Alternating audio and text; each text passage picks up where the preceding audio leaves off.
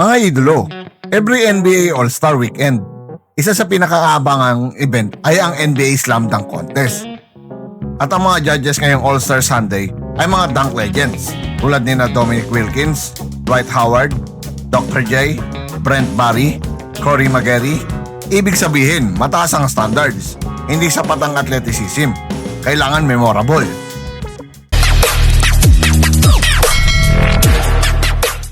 What's up mga idolo? Welcome back sa ating channel.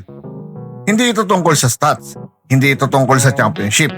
Ito ay tungkol sa creativity, athleticism, crowd reaction, at signature moments. Dito nabuo ang alamat tulad nina Michael Jordan, Vince Carter, Zach LaVine, Aaron Gordon, at marami pang iba mga idolo. At bawat taon, may mga bagong gustong maging dunk king. Ang unang sumalang dito ay si Carter Bryant, ang pamangkin ng late king superstar ng Lakers, Kobe Bryant, at isang 360 windmill. Grabe yun! Ang score niya na nakuha ay 43 kay Brent Barry, 45 kay Corey Maggette, 48 kay Dwight Howard, 47 kay Dominic Wilkins, at 45 kay Dr. J mga idolo. Ang pangalawang sumalang dito sa first round ay si Jace Richardson. Successful ang first try. At take note mga idolo ha, 6'1 lang ang kanyang height. At ang nakuha niyang score, 44 kay Brent Barry, 44 kay Corey Maggette, 48 kay Dwight Howard, 46 kay Dominic Wilkins, at 45 kay Dr. J. Ang susunod ay si Keyshawn Johnson. Tumalon sa isang tao nung una pero sumablay sa first try. Pangalawa, pasok na habang tumalon sa tao habang nakasignature Dr. J, sabay doggy. Magaling din itong batang to.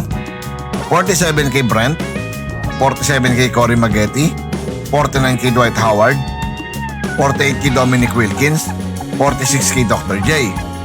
Nangunguna sa first round ay si Keyshawn Johnson. Di pa tapos si Jackson Hayes dito. At mga idolo, si Jackson Hayes na. Gandang tomahawks lamang ginawa niya. At ang naging score niya mga idolo, 42 kay Brent Barry, 44 kay Corey Maggette, 47 kay Dwight Howard, 46 kay Dominic Wilkins, at 44 naman kay Dr. J. At mga idolo, sa first round score, si Johnson ay may 47.4, Bryant 45.6, Richardson 45.4, Jackson Hayes merong 44.6. Second round na mga idolo, si Hayes na ang nauna, makahabol pa kaya siya? Unang try, love to himself, pero fail. Second try niya, di nag-attempt. At nung pangatlo na, ang ganda ng ginawa ni Jackson Hayes mga idolo. At ang naging score niya, 46 kay Brent Barry, 47 kay Corey Maggette, at 47 kay Dwight Howard, 49 naman kay Dominic Wilkins, at 47 kay Dr. J. Pangalawang round na ni Richardson, pero halimaw tumalon to. Di niya nga lang na-finish at muntik pa ma-injury dahil sa scary fall niya. Pero nung third attempt niya, bumawi ng isang halimaw na 360 dunk mga idolo. At ang score niya, 43 kay Brent Barry, 42 kay Corey Maggette, 43 naman kay Dwight Howard, 45 kay Dominic Wilkins, at 44 kay Dr. J mga idolo. Carter Bryant na mga idolo, second round, pinapahay pa ang tao. Love to himself, sabay windmill jump, ganda! Siya ang pinakamaganda ngayon ang ginagawa. 48 naman kay Brent Barry ang nakuha niyang score, 49 kay Corey Maggette, at 50 kay Dwight Howard, 50 rin kay Dominic Wilkins, at 49 kay Dr. J mga idolo. Siya ang pinakamaganda ang ginagawa ngayon mga idolo. Second round na rin ni Johnson, first attempt, sablay. Pero nung second attempt na, gandang reverse jump para sa kanya. At ang nakuha niyang score mga idolo, 46 kay Brent Barry, 45 kay Corey Maggette, 46 kay Dwight Howard, at 45 kay Dominic Wilkins, 45 kay Dr. J, mga idolo. At sa last round mga idolo, ang maglalaban ay si Johnson, Carter Bryant. At third round na ni Johnson, halimaw. Nagawa na niya yung una niyang ginagawa sa second round na nag-fail. At ang nakuha niyang score, 49 kay Brent Barry, 50 kay Corey Maggette, 50 kay Dwight Howard, at 50 kay Dominic Wilkins. At may 49 naman kay Dr. J. Dalawa na lang sila ni Carter Bryant sa third round. Gandang between the legs, mga idolo.